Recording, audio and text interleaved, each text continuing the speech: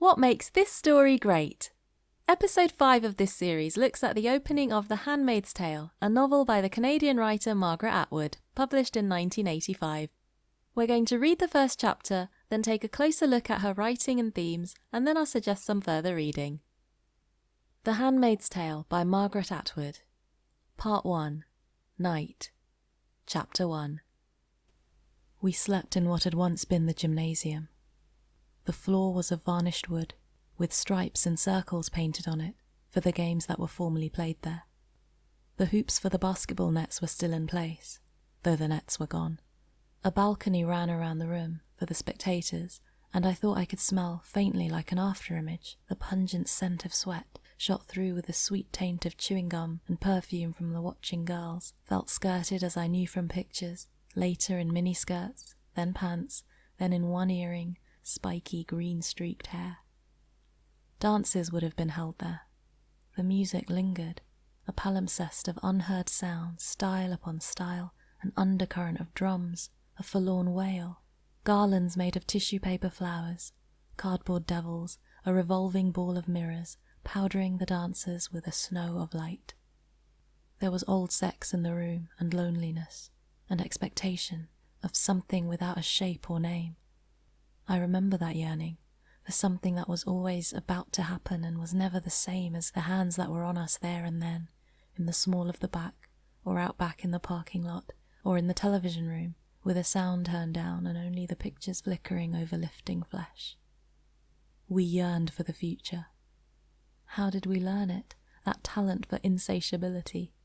It was in the air, and it was still in the air, an afterthought as we tried to sleep, in the army cots that had been set up in rows, with spaces between so we could not talk.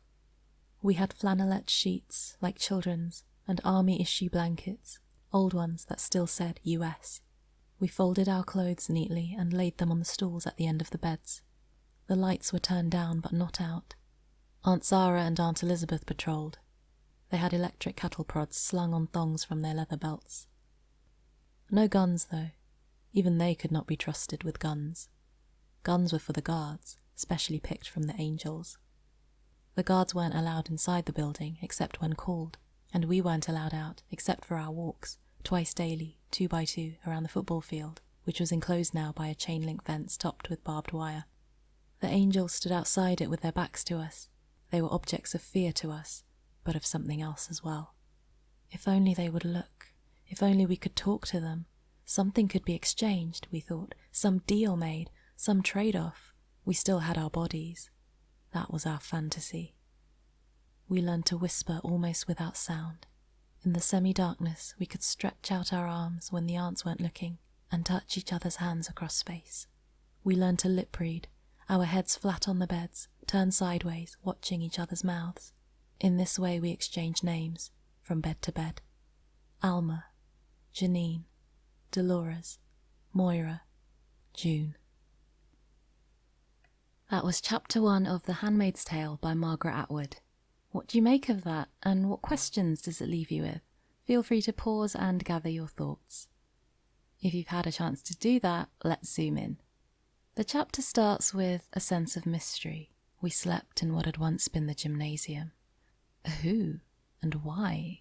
And if it was the gymnasium, what is it now? This change is soon revealed with constant references between the past and present. Had once been the gym, games that were formerly played there, the hoops for the basketball nets that are still there, but the nets are gone. Dances would have been held there. Here the tenses, the past perfect continuous tense, the had-beens and would-have-beens, highlight the idea of change, as well as words like formerly, still, and gone, which evoke contrast and absence. This contrast and change is further developed in the second paragraph. Reference to changing fashions, time and history in the words felt-skirted, miniskirts, pants, one earring, spiky green hair, all convey mid-20th century to the then-present day changing fashions and history. This preoccupation in particular with the women's clothing starts to reveal that the narrator is a woman, and that the society she's now in is equally focused on women's clothing and women, but for different reasons. In addition to such sights and memories, smells and sounds are focused on as well. The narrator thinks she can smell, like an afterimage, the scent of sweat, the sweet taint of gum. The music lingers, a palimpsest, an undercurrent, a forlorn wail.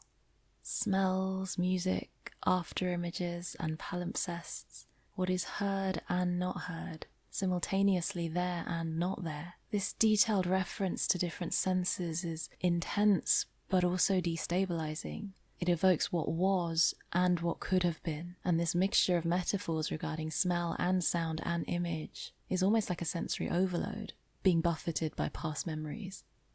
These memories and the sense of yearning of their younger selves versus their present selves leads to the revelation in the next two paragraphs that the we refers to a group of women that are being forced to be there, in the army issue cots that had been set up in rows with spaces between so they couldn't talk.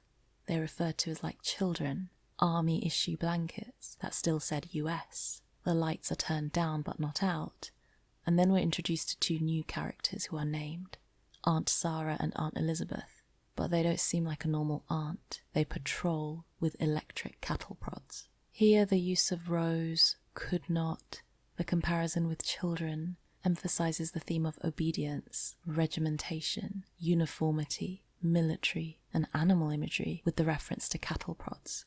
All of this raises the theme of power and control and reveals that this is a recent change that has happened to the girls. This is in fact a near-future society, a dystopia, and thus we realize that the novel is an example of dystopian fiction or speculative fiction. The themes of power and authority are further developed in the next paragraph. No guns though, even they could not be trusted with guns. Guns were for the guards, picked from the angels.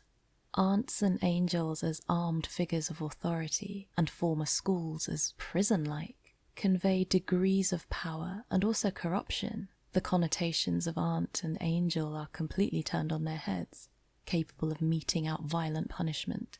And this is further accentuated by chain-link fence topped with barbed wire, along with the repetition of aloud, which reinforces the prison imagery. This also raises the theme of surveillance as well as violence, which are also dystopian themes. As well as being authority figures, they are objects of fear, but of something else. If only they would look, talk, something could be exchanged. We still had our bodies. That was our fantasy. The idea of trade and bodies and the irony of this being a fantasy for them shows the extent to which their lives have been reduced, but also the extent to which they're prepared to go in order to survive. This also plants the seeds of rebellion. This survival instinct and the theme of rebellion is developed in the last main paragraph and the last line. We learned to whisper almost without sound, in the semi-darkness, when the aunts weren't looking, touch, lip read, exchange names from bed to bed.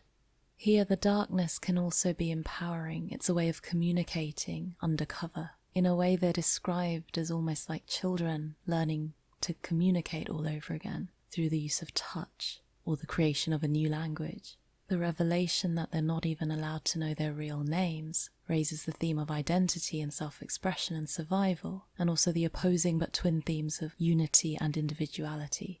The 5 names that are revealed and make up the last line are almost like a chant or a spell. It feels like something that you might memorize, not just to remember, but also as a coping mechanism.